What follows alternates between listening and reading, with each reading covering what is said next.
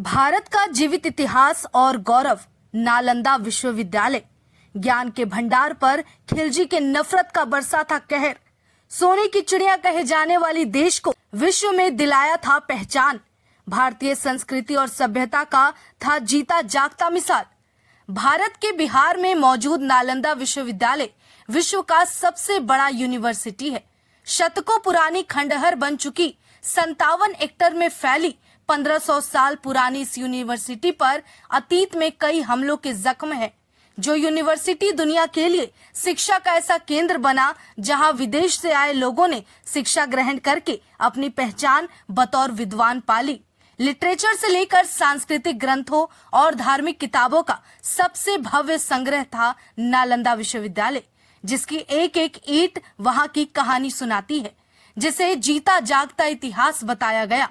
वर्तमान में tourism spot बन चुका नालंदा विश्वविद्यालय एक दौर में धर्म, दर्शन, तर्कशास्त्र, चित्रकला, वास्तु, अंतरिक्ष विज्ञान, धातु विज्ञान, अर्थशास्त्र की पढ़ाई का गढ़ था। अतीत के पन्नों को उलटकर देखा जाए तो नालंदा के उद्गम और रखे गए इस नाम के पीछे भी एक खूबसूरत सोच थी।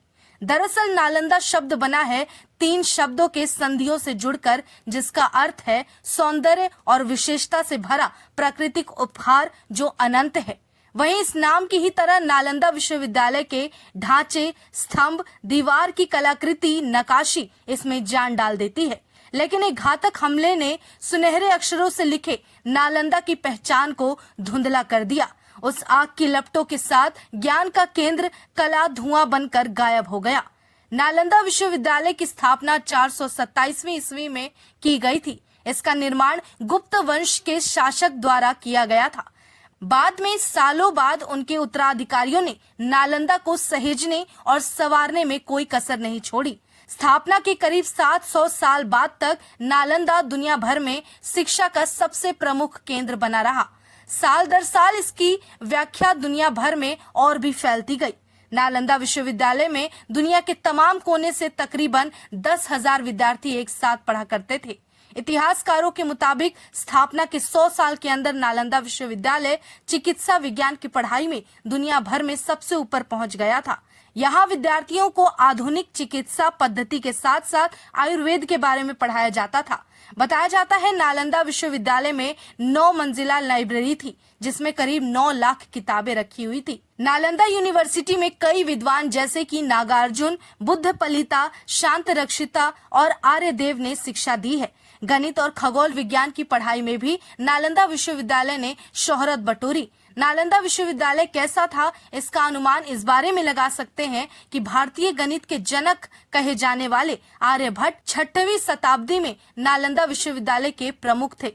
इतिहासकारों के मुताबिक गणित और खगोल विज्ञान की तमाम थ्योरी नालंदा के जरिए ही दुनिया के दूसरे हिस्सों तक पहुंची। नालंदा विश्वविद्यालय का गौरव 1193 तक आबाद रहा, जिसके बाद तुर्क आक्रमणकारी बख्तियार खिलजी ने इस पर हमला किया और पूरी यूनिवर्सिटी को तहस नहस करके रख दिया। इतना ही नहीं, लाइब्रेरी में आग लगाने के बाद किताबें 3 महीने तक जलती रही। इतिहासकार कहते हैं कि खिलजी के नालंदा विश्वविद्यालय पर हमले की असली जड़ इस्लाम को चुनौती देना था। खिलजी को लगा कि नालंदा विश्वविद्यालय में जिस तरीके से बौद्ध और हिंदू धर्म फल फूल रहे हैं, उससे इस्लाम को खतरा है।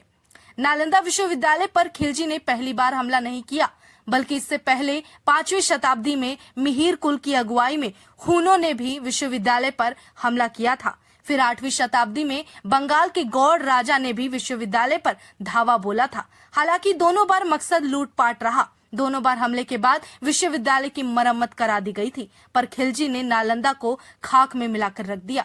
नालंदा की खुदाई में करीब 14 हेक्टेयर में विश्वविद्यालय के अवशेष मिले। हालांकि आर्कियोलॉजिस्ट कहते हैं कि ये मूल यूनिवर्सिटी का सिर्फ 10वां हिस्सा है। खुदाई में यहाँ गौतम बुद्ध की कांस्य की प्रतिमा, हाथी दांत, प्लास्टिक की मूर्तियां वगैरह मिली। फिलहाल ये साइट यूनेस्को की वर्ल्ड हेरिटेज साइट में शामिल की गई है। साल 2023 में नए सिरे से नालंदा विश्वविद्यालय की स्थापना की योजना बनाई गई।